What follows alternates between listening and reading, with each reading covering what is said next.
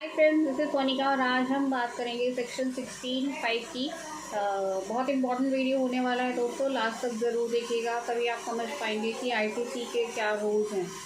Section 16 जो है CGST act 2017 का, ये डिफ़ाइन करता है कि आप आईटीसी कैसे कैसे मतलब आईटीसी लेने का जो मैकेनिज़्म है वो डिफ़ाइन करता है।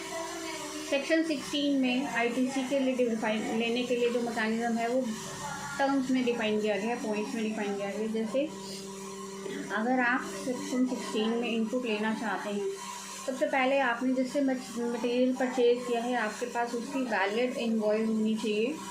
आपने उसको बैंक के थ्रू, बैंकिंग चैनल के थ्रू प्रॉपर पेमेंट की होनी चाहिए। अगर वो मटेरियल पर ई वे बिल का एप्लीकेबिलिटी बनती है तो आपके पास ई वे बिल होना चाहिए। आपके पास उसके रिगार्डिंग, उस क्लाइंट के रिगार्डिंग प्रॉपर, अगर आपके एक से ज़्यादा मटेरियल बिल लिए हैं मटेरियल के लिए तो आपके पास सारे बिल्स अवेलेबल होने चाहिए।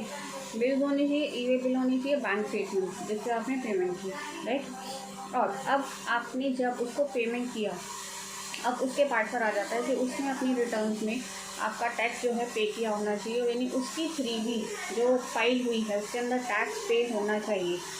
दोस्तों बहुत इंपॉर्टेंट पॉइंट है, उसकी 3B में अगर टैक्स पे नहीं हुआ तो आपको आईटीसी नहीं मिलेगा, ध्यान रखिएगा इस बात को। उसकी 3B की कॉपी आप ले सकते हैं प्रोवाइडेड ये पॉइंट जीएसटी के जो नोटिस आ रहे हैं उसके अंदर बहुत ज़्यादा लिया गया है। अभी हमारे पास कल परसों 2 नोटिस और आए थे 18-19 के, आपको पता ही होगा 18-19 के नोटिस आने स्टार्ट हो गए हैं। अगर आपको आइडिया नहीं है तो मेरा पुराना वाला वीडियो ज़रूर देखिएगा मेरे चैनल पे जाकर, मैं आपको उसका लिंक डिस्क्रिप्शन में भी दे दूँगी। तो हम बात कर रहे थे आईटीसी लेने के लिए। अगर उस पर्सन ने 3B में टैक्स नहीं पे किया है तो आपको आईटीसी नहीं मिलेगा, याद रखिएगा दोस्तों, बहुत ज़रूरी पॉइंट है। अब आपको कैसे पता चलेगा कि उसने आईटीसी टैक्स पे किया या नहीं किया? देखिए, जब आप अपनी परचेज लेते हैं ना, आपकी 2A परचेज आती है तो उसके आगे ना लिखा होता है कि उसने 3B फाइल की है या नहीं की है। जहाँ नहीं फाइल होती है वहाँ नो लिखा आता है, और जहाँ फाइल होती है ना वहाँ पर येस लिखा आता है। तो आपको ये ध्यान रखना है, तो आपके 2A में डिफरेंस आ जाएगा।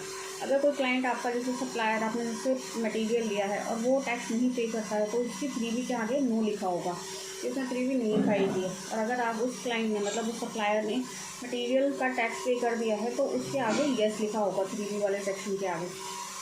ये पहला तरीका है जो जेन्युइन तरीका है, इससे आपको इजीली पता चल जाएगा कि आपके सप्लायर ने टैक्स पे किया है या नहीं किया है। इससे आप समझ सकते हैं और आपको पता भी चल जाएगा। अगर वो 2B में आया, 2B में नहीं आया तो आपको पता चल जाएगा कि उसने 3B में टैक्स नहीं पे किया है। बहुत इंपॉर्टेंट पॉइंट है दोस्तों, नोटिस में ये बात ज़रूर उठाई गई है। और अभी तो नोटिस दोस्तों आने स्टार्ट हुए हैं, इसकी जो असेसमेंट है जनवरी फरवरी तक के एंड तक होगी। तो आपके पास अभी बहुत सारा मटेरियल है पढ़ने के लिए। सर्कुलर 183 भी ज़रूर पढ़िएगा, सेक्शन 17(5) भी ज़रूर पढ़िएगा।